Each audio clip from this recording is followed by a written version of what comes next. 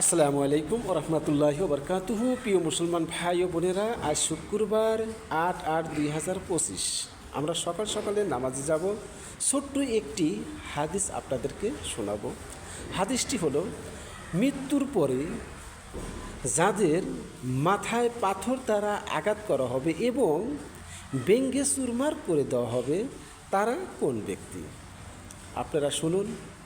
তারা হলো সেই ব্যক্তি, ফজরের আজান দেওয়ার পরেও সে ফজরের নামাজ না পড়েই ঘুমিয়ে গেল, তারা সেই ব্যক্তি।